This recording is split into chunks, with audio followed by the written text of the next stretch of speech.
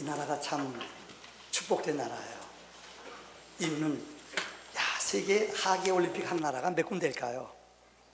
그리고 또 동계올림픽도 이제 우리가 다음 주에 해요.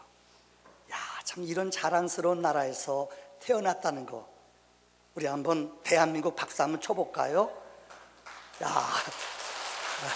아니요, 대한민국 하면 박수 짜작짝짝 잊어버리라. 자, 축구장 시작. 대한민국. 얼쑤. 좋았어. 근데 우리는 왜 이렇게 자랑스러운 조국을 자랑하지 못하고 왜 이렇게 열등감 속에 살아갈까요? 우리나라에 좋은 지도자들이 있었을까요? 있었을까요? 그분들의 장점, 좋은 점 많아요, 안 많아요? 이제는 우리가 그런 분들 축복해주고 우리나라 자랑스럽다고 생각해야 돼요. 살고 싶은 나라라고 말해야 돼요. 그래야지 그 말대로 되는 줄을 믿습니다. 우리가 지금 요한복음 12장을 강의합니다. 마리아, 그는 하나님을 감동시킨 사람이에요. 한번 따라할까요? 감동을 주는 믿음. 오늘 제가 설교를 합니다. 이 사람이 누군가, 아마 지금 이야기 듣다가 딱 떠오르는 사람이 있을 거예요. 누군가 하면은 1부, 2부는 잘 못 마치더라고요. 오늘 3부는 마칠 줄 믿습니다. 이 여자는 2차 대전 때 참 어려운 가운데 태어났어요. 2차 대전 때 여러분 우리가 알다시피 전쟁이 일어나면 제일 비참한 사람들이 여자들이에요. 저희 어머님의 살아생전에 우리에게 6.25 얘기를 많이 들려줬어요. 우리 아버지가 그 당시에 경찰이었답니다. 그래서 아버지하고 헤어졌대요. 어머니가 우리 형 안고서 가다 기차를 놓쳤대요. 우리 식구들하고 놓쳤대요. 그때 어머니가 그 정말 두려움과 떨림 가운데, 전쟁이 일어나면은 부끄러운 얘기입니다만 군인도 믿을 수 없어요. 여자들은요. 북한군 믿을 수 없어요. 미군도 유엔군도 믿을 수 있어요, 없어요? 전쟁을 안 겪어봐서 무섭대요. 사람만 만나면요. 정말 너무너무 무서운 가운데 이틀 동안을 걸어가서 그 다음 역에서 만났대요. 여자들, 어린아이들, 전쟁이 일어나면은 비극이에요. 진짜 전쟁은 일어나면 안 돼요. 2차 대전 때 히틀러가 독일을, 세계를, 여러분 유럽을 통일했잖아요. 얼마나 그 사람들이 고통과 아픔 속에 머물렀겠어요. 2차 대전 때 그 아버지가 레스탕스 때에 참여했다가 히틀러한테 걸려가 죽임당하고 비참하게 모녀, 엄마와 이 딸이 둘이 살았어요. 먹고 살 게 없어요. 전쟁 끝나고 나는데 너무너무 가난하고 튜일리 뿌리 먹고 자랐대요. 그래서 쓰레기통을 뒤졌대요. 먹고 살 게 없으니까요. 아사 직전이었대요. 그런데 이 죽어가는 여자를 누가 찾아와서 누가 자기에게 양식을 줬대요. 이게 누구냐? 바로 유니세프라고요. 유니세프가 뭐냐? 유엔 아동기금. 그러니까 세계 유엔에서 만든 것, 아동기금센터에서 오래전부터 이것이 있었어요. 세계 지구상에 지금 3분의 1의 사람들이 잠자리에서 배를 고른대요. 그 중에 애들은 더 많아요. 아프리카 땅은 여러분 알잖아요. 빈사. 너무너무 가난한 아이들이 많아요. 뼈밖에 안 남았어요. 이 유니세프에서 이 집에 연유를 줬대요. 이거 먹고 너무 못 먹었기 때문에 창자가 붙어서 막 설사하고 죽는 줄 알았대요. 그래서 이곳에서 1년 동안 먹을 것을 대줘서 이 가난을 극복해냈어요. 이 어려움을 극복해낸 사람이 영국으로, 원래는 네덜란드 사람인데 영국에 가서 영화 배우가 됐어요. 24살 때 세계가 아는 유명한 영화 배우가 됐어요. 누군지 아세요? 로마의 휴일. 다 같이 시작. 1부, 2부는 전혀 몰랐어요. 유머 하나 할게요. 개인기를 보여드릴게요. 우리 아내가 핸드폰에 당신 내 말 잘 안 듣고 말 속색이면은 산곡동 홍씨라고 쓴대요. 산곡동, 여기 이씨, 산곡동 박씨 될 사람 많아요. 자기 이름 뭐라고 써요? 오드리 될 뻔. 오드리 헵번이 아니라 오드리 될 뻔이래요, 자기 이름을. 나 그다음부터 숨도 못 쉬어요, 제가요. 여러분, 오드리 헵번이 정말로 그가 64세 세상을 떠났어요. 58세부터 음악에서 은퇴한 후에 자기가 받은 사랑을 유니세프에서 홍보대사로 살았어요. 그는 이렇게 말했습니다. 내가 이제까지 내가 받았던 사랑의 빚을 갚을 차례입니다. 나를 구해준 단체를 위해 일하는 것은 지극히 당연합니다. 나는 정말 기쁩니다.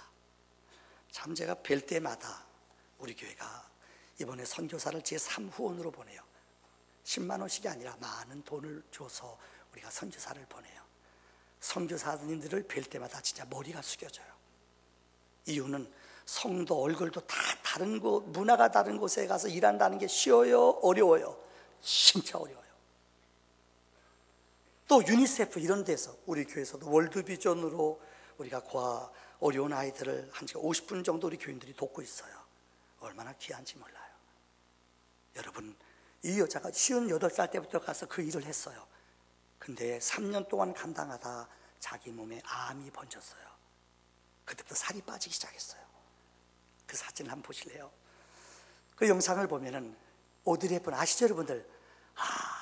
자기 몸이 빠져나가는 거예요. 그런데 끝까지 그는 심장을 그 땅 소말리아 아프리카 땅에 그들과 함께 살았어요. 여기 보세요. 뼈밖에 안 남은 어린아이를 안으며 자기 몸도 암으로 죽어가지만 이런 아이들을 위해서 헌신했어요. 그 다음 장면 보세요. 여러분, 세 개의 장면이 있는데 참 그 여인 오드리 헵번의 얼굴 모습을 보세요. 저렇게 빠지고 자기도 고통 속에 빠졌는데도 연약한 자들을 돌보는 모습. 그는 유명한 명언을 한 세상을 떠나기 전에 아마 그 회자됐을 거예요. 이렇게 아름다운 입술을 갖고 싶으면은 친절한 말을 하라. 사랑스러운 눈을 갖고 싶으면 사람들에게서 좋은 점을 보아라. 날씬한 몸매를 갖고 싶으면 너의 음식을 배고픈 사람과 나누어라. 결코 너 혼자 걷고 있지 않음을 명심하라. 부드러운 머리카락을 갖고 싶으면 하루에 한 번 어린 아기가 손가락으로 너의 머리를 쓰다듬게 하라. 이거 쉽지 않아요. 여러분 보셨어요? 아까 그 화면 봤지요? 어린 아이들을 정말 같이 울고 그들과 함께 있을 때에 그들이 와서 이 오드리 헵번 머리를 만져보더래요. 사람들이, 애들이, 어린애들이 그 유명한 배운 거 알잖아요. 서양 사람이니까 머리를 만져봤다는 거예요. 마지막 세상 심장을 멎는 순간까지 64세의 세상을 떠났지만은 오드리 헵번은 그 가난한 아프리카 사람들과 함께 있었다는 거예요. 이분이 개인적으로 얼마나 많은 유니세프의 기부금을 얻었는지 몰라요. 많은 사람들의 마음을 움직였다는 거예요. 그는 위대한 감동의 사람입니다. 오늘 성경에 가장 위대한 감동을 끼친 여자가 있습니다. 그는 마리아입니다. 첫째, 그는 희생의 감동을 끼쳤습니다. 지난 시간에 이어서 말씀을 그는 인간적으로 가난하고 외로웠어요. 생각해 보세요. 일찍 부모님이 돌아가셨어요. 그래서 나사로와 마르다, 마리아 셋이 살아요. 이뿐만이 아니에요. 근데 자기 오라비가, 그렇게 믿었던 오라비가 어떻게 했어요? 죽었다는 거예요. 이제 두 여자밖에 없어요. 얼마나 외롭고 힘들어요. 자기 어머니 아버지가 일찍 세상을 떠났어요. 자기 오라비가 떠났어요. 아마 여러분 여기 많은 사람들 그럴 거예요. 나는 부모 잘못 만났어. 내 팔자가 뭐야? 이러고 죄송하면 막 열받을 사람 많아요. 근데 오늘 본문에 이 마리아는 그렇지 않았어요. 어렵고 환경이 어려웠지만 이 여인, 오늘 본문은 300데나리온이나 되는, 데나리온은 하루 일해서 버는 수입이지요. 1년 동안 남자가 버는 돈, 어느 성서 주석을 봤더니 이 여자는 이 돈 가지고, 이건 재산하고 똑같아요. 돈하고 똑같아요. 이 사람 결혼하려고 결혼자금 마련했어요. 그런데 주님 앞에 이 여인이 자기 옥합을 깨트렸어요. 결혼자금이에요. 이것을 주님 앞에 깨트려서 여러분 버려버렸어요. 그러니까 유다나 많은 제자들은 너 미쳤냐? 이걸 왜 낭비하느냐 그랬어요. 어느 누구도 제자들도, 아니 어떤 주변에 있는 사람들도 이 여인이 왜 이런 희생을 했는지 알지를 못해요. 마리아는 우리가 알다시피 예수님 곁에 무릎에 발꿈치에 앉아 예수님 말씀을 들으면서 누구도 깨닫지 못한 주님의 장례를, 주님이 곧 세상을 떠날 것을 이 여인은 알았다는 거예요. 원래 이스라엘 성경 유해에 읽혀지는 책이 탈무드라는 책이 있습니다. 탈무드에 보면은 인간의 머리카락이 얼마나 존귀한가. 그래서 여러분들, 유대인들은 이 모자를 써요. 이 키퍼라고 그래요. 유대인들 경건한 사람들 보면 다 모자 동그랗게 쓰는 거 있잖아요. 왜요? 우리의 머리는 하나님이에요. 그러니까 하나님보다 높으면 안 돼요. 그래서 모자를 써요. 경건한 여자들은 예배 드릴 때에 그들은 수건을 뒤집어 써요. 왜요? 하나님이 최고로 높은 분이에요. 그분보다 낮게 있다는 거예요. 그래서 머리카락은 그들의 존귀의 상징이에요. 그래서 탈무드에 보면은 오해하지 마세요. 이발사를 도둑이라고 그랬대요. 왜요? 그 존귀한 머리를 깎는 사람 대단한 거 아니에요, 여러분들? 그래서 그들의 탈무드에 보면은 이발사를 도둑. 왜요?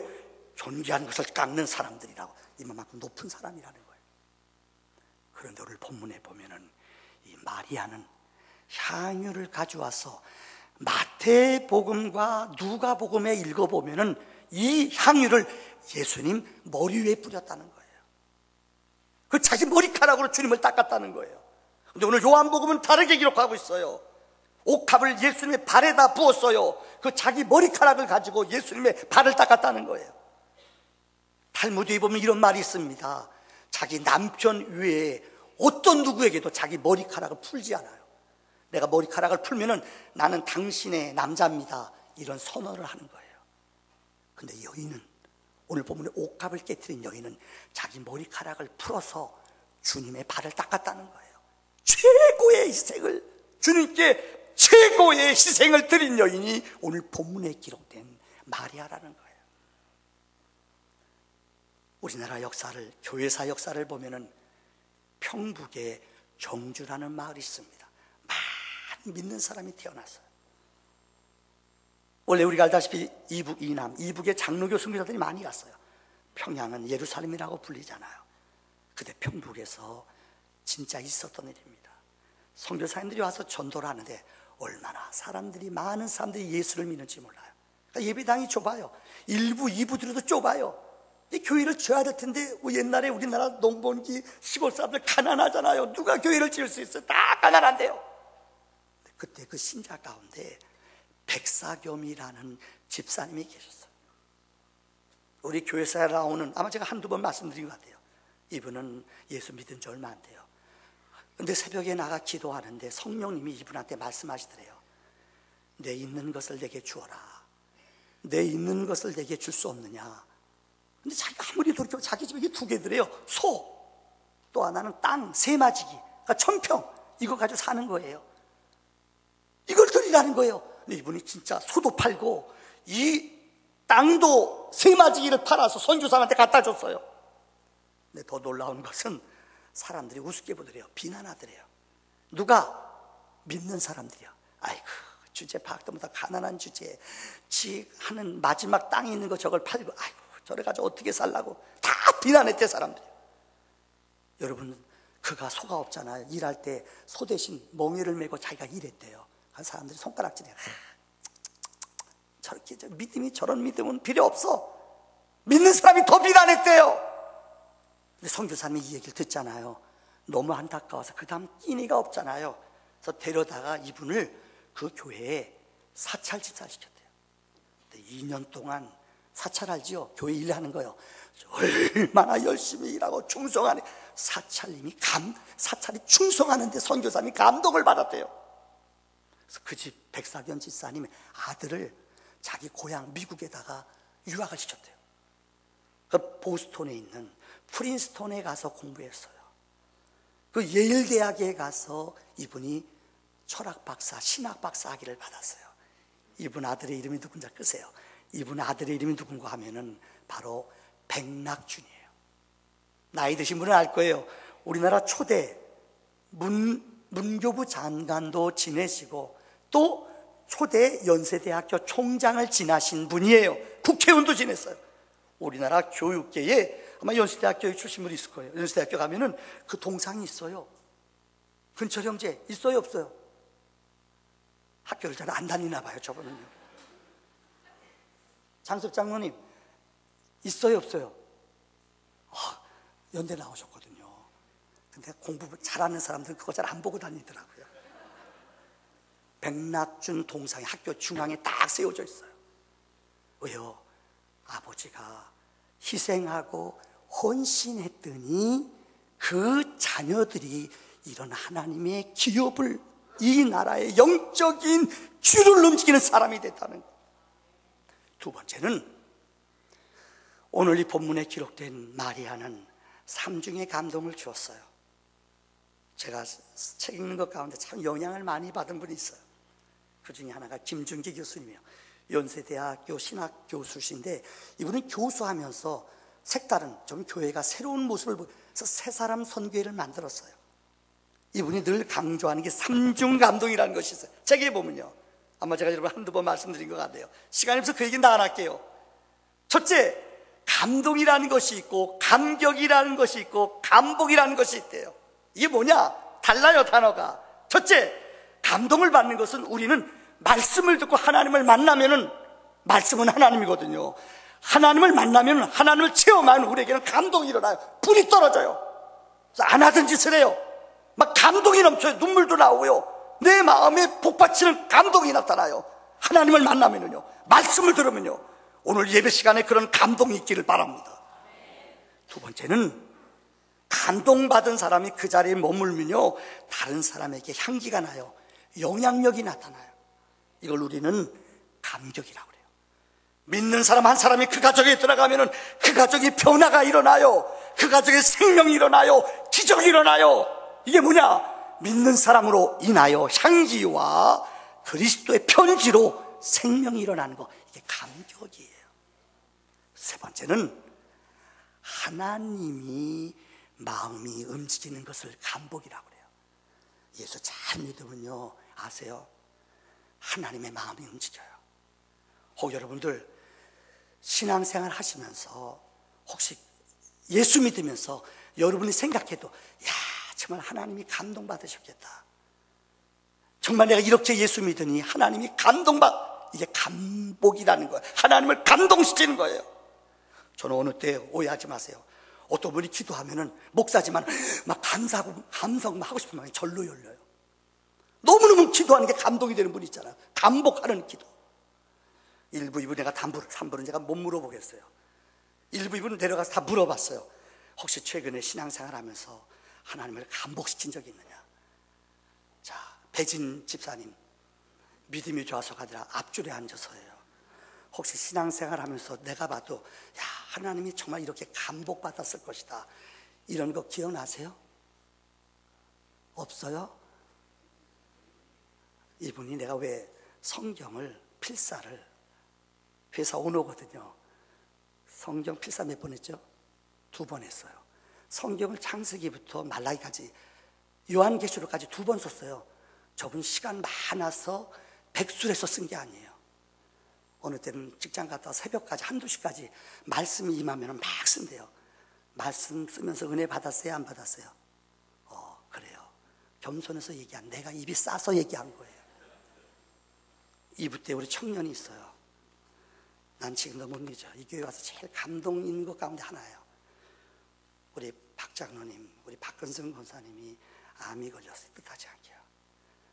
머리를 다 항암 맞느라고 머리 다 깎았어요.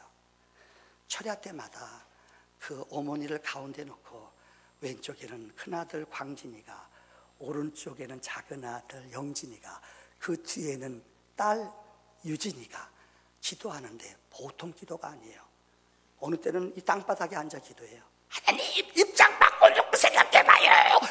와, 막 진짜 막 몸부림치며 기도하는데 내가 목사지만 눈물이 나요. 하나님 마음이 움직여져. 어머니가 아프니까는 이 자식들이 어머니를 위해 기도하는데요, 어머니 위해 부르짖는데요, 정말 하나님이 감복하는 기도를 드려요. 그래서 하나님이 고쳐주셨잖아요. 여러분, 이 얘기 할까 말까요? 우리의 청년 가운데 누구라고 얘기 안 할게요. 시집 잘 간 사람이 내가 보기엔 잘 간 것 같아요. 왜요? 우리 교회 처음에 1부 예배들이 다 2부 하는데 반주자가 없잖아요. 진짜 없잖아요. 3부, 4부 예배 반주자가 필요하잖아요. 근데 이 청년은 미안해요, 반주자 없네. 한마디 얘기야. 목사님 내가 할게요. 2부 했어요. 1부 또 생기니까 1부 내가 할게요. 2년 동안 1부 반주자 하고요. 쉬었다가 또 2부 반주도 하고요. 그러더니요, 목사님 사모님 됐어요. 목사 사모 되고 10분은 반주하세요. 내가 얘기 왜 드려? 오해하지 마세요. 정말 하나님께서 감복하는 믿음 필요합니다. 얼마 전에 타임즈의 표지에 났던 사건이에요. 인터넷 들어가 보면 다 나와요. 이런 일이 있었어요. 어느 마을에, 미국의 서부 어느 마을에 아버지 어머니가 일찍 세상을 사고로 떠났어요. 총각인 삼촌이 그 아이를 키웠어요. 근데 삼촌이 고층에서 일하다가 떨어졌어요. 그래서 몸을 못 움직여요. 오랫동안 병상에서 움직이지를 못하는 거예요. 얼마나 안타까워요. 근데 병원에서 의사가 그랬대요. 이분을 살릴 사람은 하나님밖에 없다. 삼촌을 구해줄 것은 하나님밖에 없다. 이 유치원 다니는 어린아이가 이 얘기를 듣고요, 하나님이 살려준다. 하나님을 사러 다닌 거예요. 이 아이가 있는 돈 가지고요, 이 가게 저 가게를 다니면서 하나님 있어요? 죄송하지만 실례하지만 하나님 있어요? 왜 의사 선생님이 삼촌을 구해줄 분은 하나님밖에 없다는 얘기를 듣고 이 아이가요, 이 집 저 집 다니면서 자그마치 69개의 가게를 다녔대요. 근데 어린아이 유치원아이가 문 두드려 보니까는 이상하죠. 하나님이 어디 있어요? 애들이 다 문전박대했대요. 근데 그래도 낭만하지 않았대요. 또 가서 문 두드리고 안녕하세요, 혹시 하나님 파시나요? 근데 어느 누구도 그를 반겨주거나 다 쫓아냈대요. 근데 69번째 찾아간 집에서요, 일이 벌어졌어요. 저녁 늦게 어린 아이가, 이 아이 사진 한번 띄워줄래요? 이 어린애예요. 이 아이가 문을 두드렸대요. 누구도 반겨주거나 정신 나가네 쫓아냈대. 어린애니까요. 근데 이 아저씨가 너 하나님을 왜 살라 그러니? 그러니까 이 아이가 그 아저씨한테, 70 먹은 아저씨한테 얘기한 거예요. 우리 어머니가 일찍 세상 떠나고요, 우리 삼촌하고 나랑 둘이 사는데 삼촌이 일하다가 떨어져서요, 지금 몸을 못 움직여요. 근데 의사 선생님이 하나님만이 하신다고 그랬어요. 그래서 내가 그 하나님 살라고 그래요. 너 돈 얼마 있냐? 1불이요. 1불. 그러니까 그 할아버지가 그래, 내가 하나님 팔게. 1불을 받고요, 그 선반에 있는 음료수가 있대요. 이게 하나님이다. 그 1불 받고, 그래서 이름을 하나님의 키스다. 너희 삼촌 빨리 갖다 줘. 그 할아버지가 병원에 이름을 적었대요. 그래서 이 아이가 이것을 받고 병원으로 딱, 삼촌! 여러분, 사람이 돌아갈 때, 아플 때도요, 이 귀는 살아있어요. 돌아가기 전에 집안 식구들이 싸우거나 함부로 말하면 큰일 나요. 다 들어요.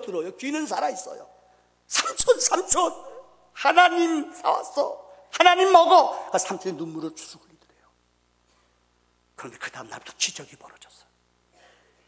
이게 실화예요. 그 다음날 뉴욕에서요, 이 깡촌 서부인데 뉴욕에서 전용기가 와가지고 이 사람을, 의료진들이 와서요, 이 사람을 전용 비행기로 싣고 갔어요.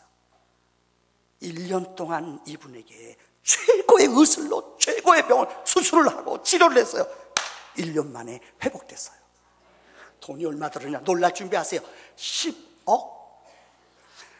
안팎이요. 10억이란 돈이 들었대요. 치료가 됐다는 거예요.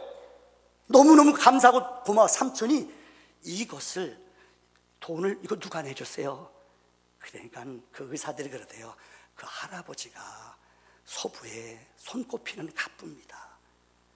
그분이 당신 돈을 내줬어요. 너무 고마워서 이 어린 조카와 손을 잡고 그 병원에, 그 할아버지 집에 찾아갔대요. 근데 할아버지는 그걸 미리 아셨어요. 이 병원 상황을 다 알았어요. 그래서 편지 하나를 써놓고 안 만나주더래요. 그 편지 내용을 읽어드릴게요. 이런 내용입니다. 젊은이, 내게 고마워할 필요 없네. 사실 모든 비용은 자네의 조카가 다 낸 것이니 말일세. 자네에게 이런 기특한 조카가 있다는 것이 정말로 축복이라는 걸 말해주고 싶네. 자네를 위해서 1달러를 쥐고 온 거리를 누비며 하나님을 찾아다녔으니 말이야. 하나님에게 감사하게나. 자네를 살린 것은 하나님이시니 말이세. 여러분, 이 고사리 같은 손으로 그 어린아이가 하나님 찾으러 69개의 집들, 병원들, 가게들을 다녔대요. 누구도 그를 만나줄 사람이 없어요. 그런데 그 어린아이의 중심, 삼촌을 사랑하는 마음은 그 부자의 마음을 움직여서 엄청난 은수를 통하여 회복됐다는 거예요. 사랑하는 성도님들, 저는 이 말씀을 읽으면서 예수님은 누구십니까? 10억하고 비교가 돼요? 예수님이 10억하고 비교가 돼요? 그분은 10억보다 더 위대한 분이에요. 예수는 가장 존귀한 이름이에요. 온 인류의 죄를 위하여 그분이 십자가에 죽으심으로 우리를 구원한 줄 믿습니다. 십자가가 뭐예요? 죽음이에요. 십자가가 뭐예요? 저주예요. 옷도 다 벗김당하시고 채찍에 맞아 죽기까지 우리를 사랑하셨어요. 이 예수의 능력은 우리에게 감동이 되고 예수의 보혈은 우리에게 증거가 되는 줄을 믿습니다. 마지막 결론의 말씀을 드립니다. 성경은 하나님을 감동하는 사람들의 책입니다. 구약에 보세요. 여러 사람이 3명만 짧게 설명할게요. 얼마나 하나님을 감동시켰느냐. 우선 구약 여호수아서에 나오는 기생 라합이에요. 여러분, 라합이란 여자 기생이에요. 성경에 기생이라고 해요. 원어에 보면은 창녀예요. 고대에는 전쟁이 일어나면은 앞서 말씀드렸죠. 남자들은 죽임을 당해요. 여자들은 노예로 끌려가거나 그들이 살 길은 몸을 파는 거예요. 먹고 살 길이 없으니까는. 근데 이 여자는 여리고성의 창녀였어요. 주막을 운영하는 사람이에요. 그런데 자기 귀에 들려오는 소리가 있어요. 홍해를, 요단강을 걷는 이스라엘 사람들이 만나와 메추라기로 그들이 은혜로, 하나님의 은혜로 살아갔다. 근데 자기네 성읍에 다 왔어요. 2명의 정탐꾼을 이곳에 보냈어요. 생각해 보세요. 이 정탐꾼을 자기가 숨기면은 자기는 나라의 반역자예요. 근데 여인은 이 정탐꾼들을 숨겼어요. 목숨 걸고 숨겼어요. 걸리면 죽어요. 여러분 기억하세요?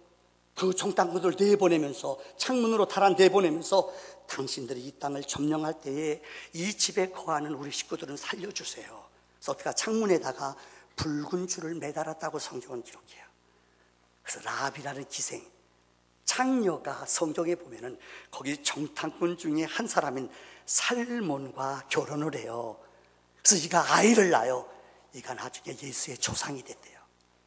성경은 마태복음 1장 1절에서 아브라함과 다윗의 자손 예수 그리스도의 세계라 이렇게 시작해요. 유대인들의 정통적인 족보, 유대인은 여자는 숫자에 넣지 않았어요. 남자들도 20세 이상 된 남자만 넣어요. 근데 여기 42명의 예수님의 아브라함으로부터 42 대손이 예수 그리스도예요. 예수의 힘을 보여줘요. 근데 유독 성경에 여자 이름이 나와요. 여자를 크게 넣지 않는데도요. 근데 그 여자 이름이 나와. 그 중에 하나가 누구냐? 기생 라합이에요. 왜요? 이 여인은 이방 여자지만은 하나님의 백성을, 하나님의 사람을 목숨 걸고 숨겨줬어요. 믿음의 하나님을 감독케 한 거예요. 그리스도의 조상이 됐어요. 두 번째는 우리가 잘 아는, 여러분, 룻이라는 여인이에요. 너무나 잘 알죠?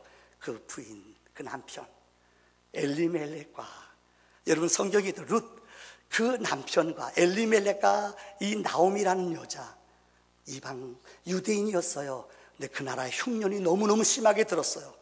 성경은 이방 땅으로 흉년이 들어도 어려워도 내려가면 안 돼요. 성경에 아브라함이 흉년 들어서 애굽으로 내려갔다 큰 낭패를 당해요.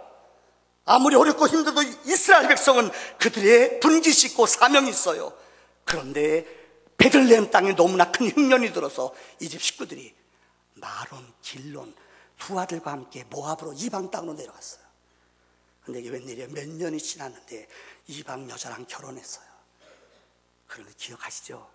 이 집이 엘리멜렉도 죽고 큰아들 둘째 아들 다 죽었어요. 이 집은 과부 삼총사, 과부밖에 없어요. 어머니가 나이가 들어 힘드니까는 내 고향에 돌아가겠다, 나 베들레헴 땅에 돌아가겠다 그러면서 두 며느리한테 너희는 이 땅에 머무러라. 근데 오르바라는 첫째 차부는 어머니 고마워요 머물렀어요. 룻이라는 여인은 오늘 보면 룻기서 1장 16절 17절에 이 여인은 이렇게 말해요. 어머니께서 가는 곳에 나도 가고 어머니께서 머무는 곳에서 나도 머물겠나이다. 어머니의 백성이 나의 백성이 되고 어머니의 하나님이 나의 하나님이 되시나니 어머니께서 죽으시는 곳에 나도 죽어 거기 묻힐 것이다. 만일 내가 죽는 일 외에 어머니를 떠나면 여호와께서 내게 벌을 내리시고 더 내리시기를 원하나이다. 여러분이 본문을 머릿속에 기억해 보세요. 옛날이나 지금이나 제가 얼마 전에 부흥회에 갔다 와 수산교회라고요. 인천에 있는. 난 깜짝 놀랐어요. 내가 들어보지도 못한 까자스탄이 뭐 알랄랄라 이름이 이상한 나라예요. 러시아에서 독립된 나라래요. 근데 거기에 외국 여자들이 7명이 나와요. 한 여자가 예수 믿고 자기 형제 친척들을 7명을 전도했어요. 뭔데 손을 사는데 주일마다 부흥회 때 7명이 참석할 내 말도 못 알아들어요. 근데 3명은 이제 한국에 와서 은혜 받으면서 눈물도 흘리고 감동을 받아요. 여러분 물어볼게요. 오해하지 마세요. 지금 세계가 다원화가 되고 다민족 국가잖아요. 우리나라에 외국 사람들 많이 와 살아요. 근데 우리 교회는 미안해요. 우리 교인들이 전도를 그 사람들은 안 하는 거예요. 제가 눈에 봐도 여기 우리 필리핀 여기 뭐죠? 베트남 여러 분들이 있어요. 근데 우리 교회 나오는 분이 한 분도 없어요. 우리 교인들은 워낙 보수적이라서 그런가 봐요. 난 그 교회 가서 깜짝 놀랐어요. 7명의 외국 사람들 그 교회에 나와 참석해요. 근데 교회에서 정말 그들을 사랑하고요, 그들에게 감동을 줘요. 그 먼 곳에서부터 1시간씩 걸려서 차 타고 온대요. 왜요? 사랑이 있으니까요. 본문을 기억해 보세요. 이방 여자가 룻이, 여러분 기억하세요? 어머니를 모시고 돌아왔어요. 세상 사람들 손가락질, 아이고 저 여자 팔자세다. 이방 여자인데 사람들이 뭐라고 그러겠어요? 다 욕할 거예요. 특이해요. 혼혈아예요. 다 욕. 근데 여라는 전혀 흔들리지 않았어요. 어머님 나오미를 위해서 열심히 이삭을 죽어요. 이삭을 죽을 뿐만 아니라 어머니를 봉양을 해요. 사람들의 마음에 감동이 일어나요. 그래서 그 밭의 주인이 누구예요? 보아스예요. 이스라엘 법은 남편이 죽으면 이 집을 대를 물려줘야 돼요. 그래서 이 여자와 결혼해 보아스가 여러분 성경에 아기를 낳았어요. 오벳을 낳았어요. 오벳은 이새를 낳았어요. 이새는 다윗을 낳았어요. 이방 여자, 부모님을 기쁘게 하며 부모님에게 감동을 줬던 이 여인은, 하나님을 감동시키는 여인은 예수의 조상이 됐다는 거예요. 한나도 그렇습니다. 신약으로 넘어와 보세요. 신약에 예수님을 감동케 한 사람들 여러 명 있습니다만, 첫째는 여러분 바로 무명의 소년이에요. 성경은 이렇게 말합니다. 벳세다 광야에서 예수님이 수천 명의 무리들 앞에서 말씀을 가르쳤어요. 말씀을 듣느라고 아침부터 저녁까지 제자들이, 무리들이 밥 먹는 것도 잊어버렸어요. 근데 성경은 말해요. 빈들이요, 해가 저물었다. 아무것도 물건 살 데가 없어요. 제자들이 와서 물어봐요. 주님, 빈들이요, 광야입니다. 먹을 것이 없는데 우리 어떻게 합니까? 배고파요. 주님이 그래요. 너희가 먹을 것을 주어라. 근데 제자들 가운데 두 그룹이에요. 어떤 제자는 주님 이렇게 많은 사람 이거 몇백 데나리온 사도 이거 못 먹어. 200데나리온도 안 돼요. 돈이 많이 들어요. 불평하고 원망해요. 근데 안드레라는 제자는요, 예 주님, 무리 속에 들어가서 야 너희도 있는 거 없냐? 주님 너희가 있는 거 줘라. 돌아다녀요. 너희가 있는 거 있느냐? 어른들은 아무도 안 내놔요.